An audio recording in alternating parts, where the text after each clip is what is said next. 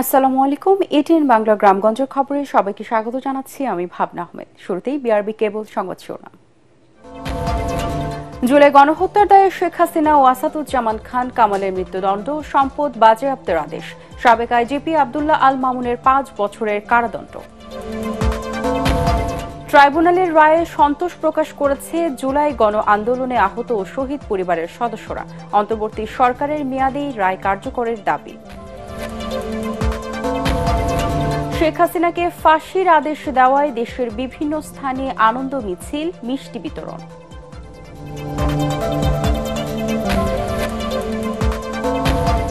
রায়ে ন্যায় বিচার ও জন আকাঙ্ক্ষা পূরণ হয়েছে। বিএনপি জামায়াতের প্রতিক্রিয়া, ১ মাসের মধ্যে কার্যকরের দাবি এনসিপির। শুনছিলেন বিআরবি কেবল সংবাদ শিরোনাম, এবারে বিস্তারিত।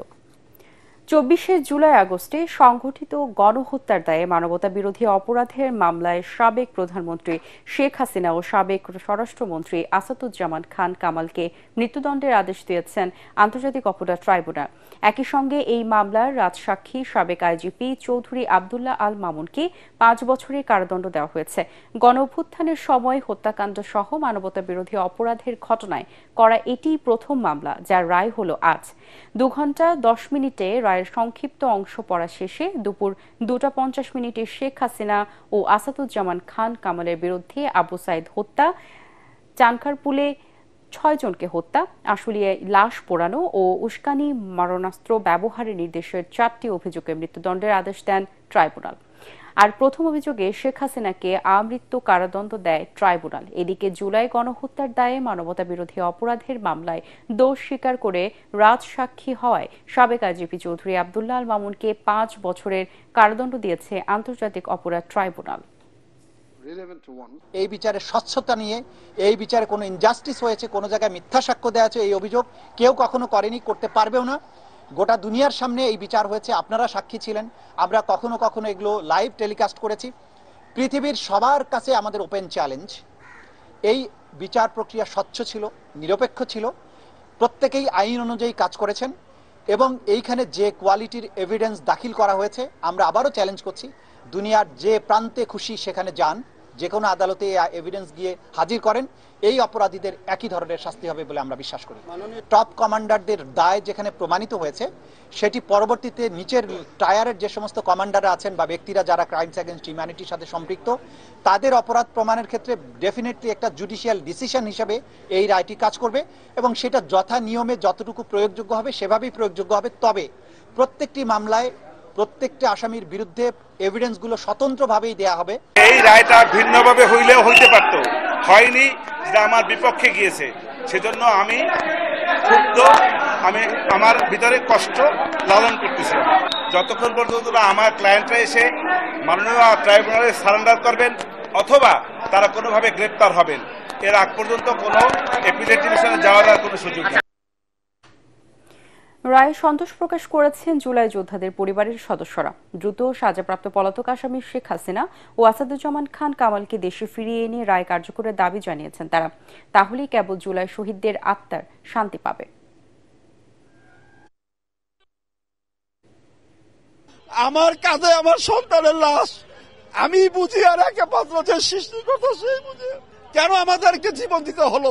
সর্বোচ্চ বিচার পাই ফাঁসি, এবার পুলিশ যাতে কেউ বাদ না থাকে। অন্তর্বর্তীকালীন সরকারের সময়ে তার এই মানে ফাঁসির রায়টা আমরা শুনতে পারছি, এটা একটা প্রাথমিক শান্তি। যদি এটা কার্যকর করা হয় সামনের দিকে দ্রুত সময় এবং তাকে যদি দেশে ফিরে আনা হয়, তারপর আসলে পুরোপুরি আমরা শহীদ পরিবার বলেন বা আহতরা বলেন সন্তুষ্টি পাবো।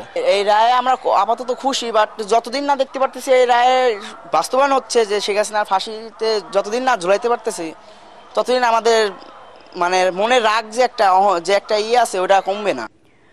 জুলাই গণহত্যা সহ মানবতা বিরোধী অপরাধের মামলায় শেখ হাসিনার ফাঁসির আদেশ দেওয়ায় দেশের বিভিন্ন স্থানে আনন্দ মিছিল করেছে বিএনপি, এনসিপি সহ বিভিন্ন সংগঠন। সাবেক প্রধানমন্ত্রী শেখ হাসিনা সহ ৩ জনের বিরুদ্ধে রায় ঘোষণার পর চট্টগ্রামে মিষ্টি বিতরণ, আনন্দ মিছিল সহ নানা কর্মসূচি পালন করেছে নাগরিক পার্টি, এনসিপি সহ বিভিন্ন সংগঠন। রায়ের পর নগরীর বিপ্লব উদ্যানে সমবেত হন জুলাই আন্দোলনের যোদ্ধারা। এ সময় তারা রায়ে সন্তোষ প্রকাশ করে মিষ্টি বিতরণ করেন। শেখ হাসিনার ফাঁসির রায়ের রংপুর রংপুরে আনন্দ মিছিল ও মিষ্টি বিতরণ করেছে রংপুর বেগম রোকেয়া বিশ্ববিদ্যালয়ের শিক্ষার্থীরা। মিছিলটি ক্যাম্পাসের বিভিন্ন সড়ক প্রদক্ষিণ করে। এ রায়ের মধ্য দিয়ে শহীদ আবু সাইদের স্বপ্ন বাস্তবায়ন হবে বলে মনে করেন বেরবি উপাচার্য অধ্যাপক ডক্টর শওকত আলী। নাটোরে আনন্দ র্যালি করেছে বিএনপি ও এর বিভিন্ন সহযোগী সংগঠন। রায় ঘোষণার পরপরই জেলা বিএনপি কার্যালয়ের সামনে থেকে মোটরসাইকেল র্যালি বের করা হয়। র্যালিটি শহরের বিভিন্ন সড়ক প্রদক্ষিণ করে পুনরায় দলীয় কার্যালয়ে গিয়ে শেষ হয়। জয়পুরহাটে আনন্দ মিছিল করেছে জেলা বিএনপি। বিকেলে দলীয় কার্যালয়ের সামনে থেকে মিছিলটি বের হয়ে শহরের বিভিন্ন সড়ক প্রদক্ষিণ করে। পরে সমাবেশে বক্তব্য রাখেন জেলা বিএনপির আহ্বায়ক গোলজার হোসেন সহ অন্যান্যরা। অন্যদিকে বিএনপির জাতীয় নির্বাহী কমিটির সদস্য ফয়সাল আলীমের নেতৃত্বেও শহরে আনন্দ মিছিল বের করা হয়। এ সময় শেখ হাসিনাকে দেশে ফিরিয়ে এনে দ্রুত রায় কার্যকর করার দাবি জানানো হয়। জামালপুরেও আনন্দ উল্লাস ও মিষ্টি বিতরণ করা হয়েছে। রায় ঘোষণার পর জেলা বিএনপির সাবেক আহ্বায়ক ও সাবেক স্বাস্থ্য উপমন্ত্রী বীর মুক্তিযোদ্ধা সিরাজুল হকের নেতৃত্বে শহরের আনন্দ উল্লাস ও পথচারীদের মাঝে মিষ্টি বিতরণ করা হয়। অপরদিকে জেলার মাদারগঞ্জে মিষ্টি বিতরণ করেছে ছাত্রদল, যুবদল ও স্বেচ্ছাসেবক দল। গাজীপুরের চান্দনা চৌরাস্তায় আনন্দ মিছিল ও মিষ্টি বিতরণ করেছে বিএনপি ও এর অঙ্গ সংগঠনের নেতাকর্মীরা। এ সময় রায় দ্রুত কার্যকর করার দাবি জানান তারা। মানবতাবিরোধী অপরাধী শেখ হাসিনার ফাঁসির আদেশে ন্যায় বিচার প্রতিষ্ঠিত হয়েছে বলে মনে করেন বিএনপি। দলের স্থায়ী কমিটির সদস্য সালাউদ্দিন আহমেদ বলেন, অপরাধের তুলনায় সাজা কম হয়েছে। ঢাকা বিশ্ববিদ্যালয়ে এক অনুষ্ঠান শেষে তাৎক্ষণিক প্রতিক্রিয়ায় তিনি আরও বলেন, এই রায় মাইল ফলক, আগামীতে কেউ যেন স্বৈরাচার হয়ে উঠতে না পারে তার জন্য উদাহরণ হয়ে থাকবে। আজকের এই আদালতের রায়ের মধ্য দিয়ে কয়েকটি জিনিস প্রমাণিত। ফ্যাসিস্ট, স্বৈরাচার যত শক্তিশালী হোক, যত দীর্ঘদিনই রাষ্ট্র ক্ষমতা অবৈধভাবে পরিচালিত করুক, ক্ষমতা ভোগ করুক, তারা একদিন না একদিন আদালতের কাঠগড়ায় তাদের দাঁড়াতেই হবে। এটা শুধু ন্যায় বিচার প্রতিষ্ঠা না, সামনের দিনের জন্য একটা উদাহরণ, এবং ভবিষ্যতে যাতে এই রাষ্ট্রে কেউ আর ফেসিবাদী শাসন ব্যবস্থা না কায়েম না করতে পারে, কেউ নিজে ফেসিস্ট না হয়ে উঠতে পারে, এবং এখন আয়কতন্ত্র যাতে প্রতিষ্ঠা না হয় তার একটি মেসাল। এটা ভবিষ্যতের জন্য একটা শিক্ষা। 18 কোটি মানুষের গণ আকাঙ্ক্ষা আংশিক হলেও আন্তর্জাতিক অপরাধ ট্রাইব্যুনালের রায়ে পূরণ হয়েছে বলে জানিয়েছেন মিয়া গোলাম পরোয়ার। তাৎক্ষণিক সংবাদ সম্মেলনে একজন সরকার প্রধানের সর্বোচ্চ সাজার ঘটনা ইতিহাসে ন্যায় বিচার প্রতিষ্ঠার মাইল ফলক হিসেবে চিহ্নিত হবে বলেও মন্তব্য করেন তিনি। বিগত দিনের সকল গণহত্যা অপরাধের বিচার এখন সময়ের দাবি উল্লেখ করে তিনি বলেন, কোনো অপরাধী যে আইনের ঊর্ধ্বে নয় সেটির উদাহরণ এই রায়। এই ঘটনা আগামী দিনে বিচার কাজের সঙ্গে জড়িত কেউ যেন কর্তৃত্ববাদী না হয়ে ওঠে সেই শিক্ষা দেবে বলেও মনে করেন তিনি। যে দেশের 18 কোটি মানুষের যে আকাঙ্ক্ষা, যে গণ আকাঙ্ক্ষা ছিল, ঘৃণ্য মানবতা বিরোধী অপরাধীদের বিচার এই অন্তর্বর্তীকালীন সরকারের দায়িত্ব পালনকালে দৃশ্যমান করতে হবে জাতীয় নির্বাচনের পূর্বে। এটা ছিল আমাদের অন্যতম দাবি। আংশিক হলেও আজকে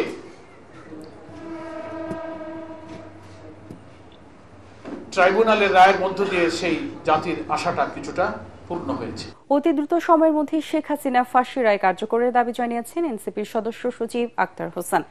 রায় পরবর্তী প্রতিক্রিয়ায় তিনি দাবি জানান, এ সময় শহীদদের সাথে ন্যায় বিচার হয়েছে উল্লেখ করে দলের উত্তরাঞ্চলের মুখ্য সমন্বয়ক সার্জিস আলম বলেন, কিছুটা হলেও তাদের আত্মা শান্তি পেয়েছে। একই সাথে দল হিসেবেও আওয়ামী লীগের বিচার নিশ্চিতের দাবিও জানান তিনি।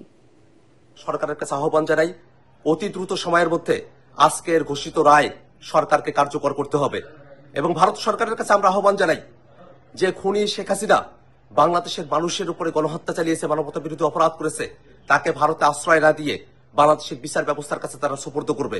এই বিশ্বের বাসীর কাছে একটা নজির তৈরি হবে শেখ হাসিনার রায় কার্যকর করার মধ্য দিয়ে।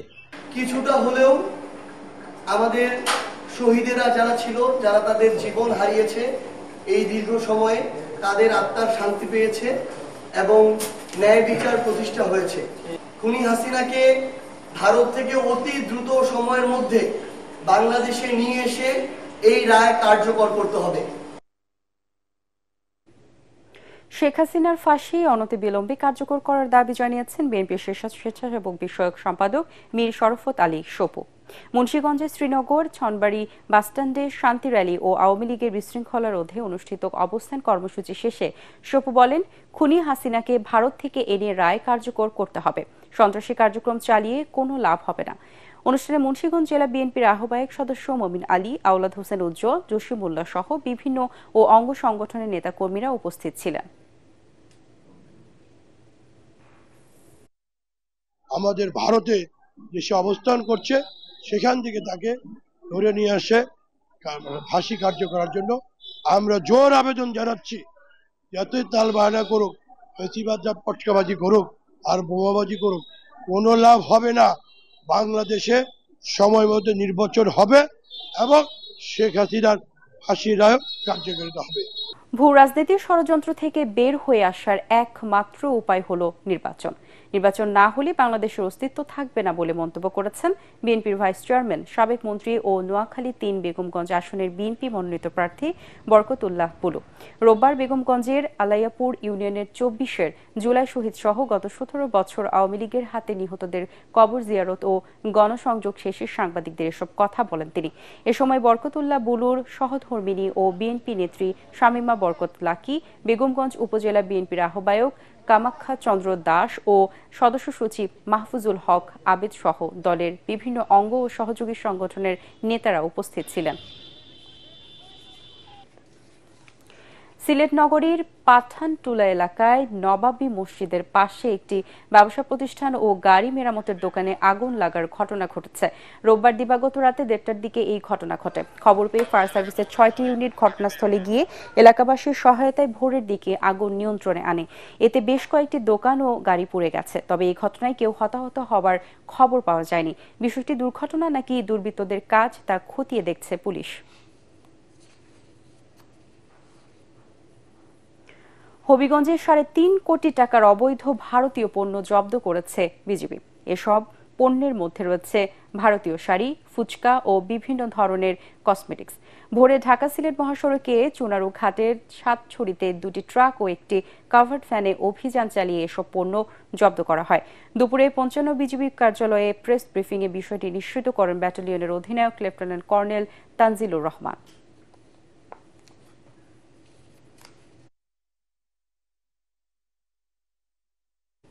গণসচেতনতা সৃষ্টি ও সততা চর্চায় শিক্ষার্থীদের উদ্বুদ্ধ করার লক্ষ্যে খুলনায় দুর্নীতি প্রতিরোধ বিষয়ক রচনা, চিত্রাঙ্কন ও বিতর্ক প্রতিযোগিতা অনুষ্ঠিত হয়েছে। দুর্নীতি দমন কমিশন, জেলা শিক্ষা অফিস ও জেলা দুর্নীতি প্রতিরোধ কমিটি, খুলনার সরকারি মডেল মাধ্যমিক বিদ্যালয়ে এই অনুষ্ঠানের আয়োজন করে। পরে বিজয়ীদের মধ্যে পুরস্কার বিতরণ করেন Khulna metropolitan police commissioner Zulfikar Ali Haider. দুর্নীতি দমন কমিশনের বিভাগীয় পরিচালক জালাল উদ্দিন আহমেদ ও দুদক উপপরিচালক আব্দুল ওয়াদুদ সহ অন্যান্যরা এ সময় উপস্থিত ছিলেন। রংপুরে অনুষ্ঠিত হল তারুণ্যের চোখে রংপুর শীর্ষক এক আলোচনা সভা। রোববার বিকেলে রংপুর পাবলিক লাইব্রেরি চত্বরে তরুণদের নিয়ে এই আয়োজনে প্রধান অতিথি ছিলেন রংপুর মহানগর বিএনপির সদস্য সচিব অ্যাডভোকেট মাহফুজ উন নবী ডন। এ সময় তরুণরা লিখিত আকারে তাদের নানা চিন্তা ভাবনা তুলে ধরেন। অনুষ্ঠানে প্রধান অতিথি তার বক্তব্যে বলেন, আগামীতে বিএনপি ক্ষমতায় গেলে তরুণদের স্বপ্নকে বাস্তবায়ন করে উন্নত বাংলাদেশ সাজাতে তারা কাজ করবেন।